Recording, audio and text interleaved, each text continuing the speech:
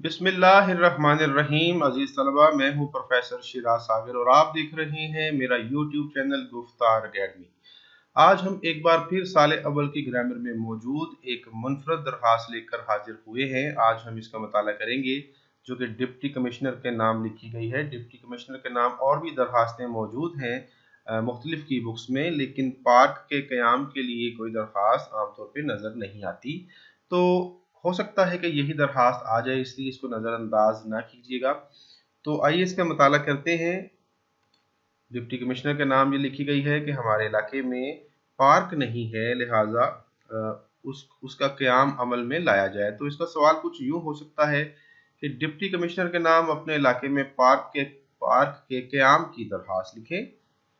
تو اس کا آغاز ہم اسی طرح کریں گے جیسے کہ پہلے ہم درخواستوں کا کر چکے ہیں۔ وخدمت جناب ڈپٹی کمشنر ضلع الف ب ج۔ ایک بات میں یہاں پہ آپ کو بتانا چاہتا ہوں عزیز طلبہ، یہاں پہ کچھ بچے غلطی کر جاتے ہیں کہ وہ ہر درخواست میں وخدمت جناب پرنسپل ہی لکھ دیتے ہیں۔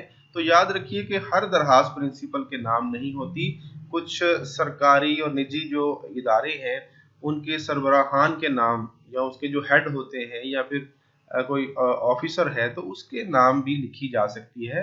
ضروری نہیں ہے کہ ہر درخواست پرنسپل صاحب کے نام ہو، تو کچھ بچے یہ غلطی کرتے ہیں، آپ نے یہ غلطی نہیں کرنی۔ تو یہ جناب ضلع کا نام، چونکہ شہر یا ضلع کا نام ہم نہیں لکھتے تو اس کی جگہ الف ب ج لکھا جائے گا۔ دوسرے سطر میں ہے عنوان درخواست برائے قیام پارک، اور پھر جناب عالی، اور اس کے بعد درخواست کا باقاعدہ آغاز ہوتا ہے۔ مؤدبانہ گزارش ہے کہ ہم محلہ الف ب ج کے رہائشی ہیں۔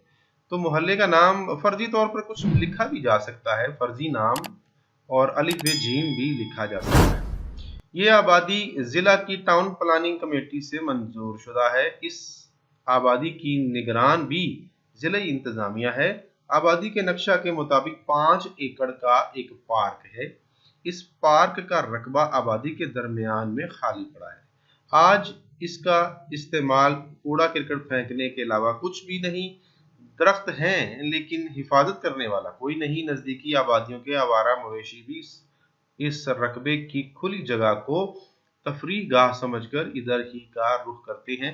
تو جی طلبہ، آپ کو بتاتا چلوں کہ کچھ سرکاری طور پر زمینیں جو ہیں کاغذات میں تو وہ منظور ہو جاتی ہیں کچھ اداروں کے حوالے سے یا پھر پارک کے حوالے سے، لیکن وہ فقط کاغذات کی حد تک ہوتے ہیں، عملی طور پر وہاں پہ کوئی پارک نہیں بنا ہوتا۔ تو یہاں بھی کچھ ایسا ہی ہے کہ کاغذات میں تو ہے لیکن وہاں پہ پارک کی شکل نظر نہیں آ رہی، ٹھیک ہے؟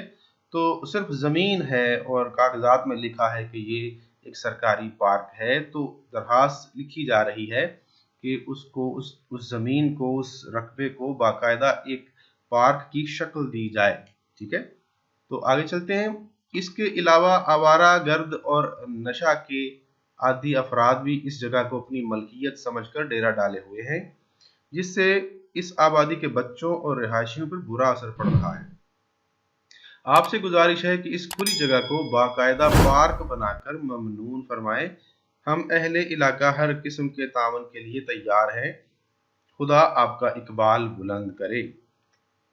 العارض نیاز مندان، چونکہ یہ پورے محلے کی طرف سے ہے، زیادہ لوگوں کی جانب سے درخواست ہے، ایک فرد کی جانب سے نہیں ہے، لہذا نیاز مند کی جگہ پہ نیاز مندان یعنی جمع کا صیغہ استعمال کیا جائے گا، اور نیچے الف ب ج اور آخر پہ بالکل جو تاریخ ہے وہ اسی حسب سابق ہم لکھیں گے 25 اپریل 2021۔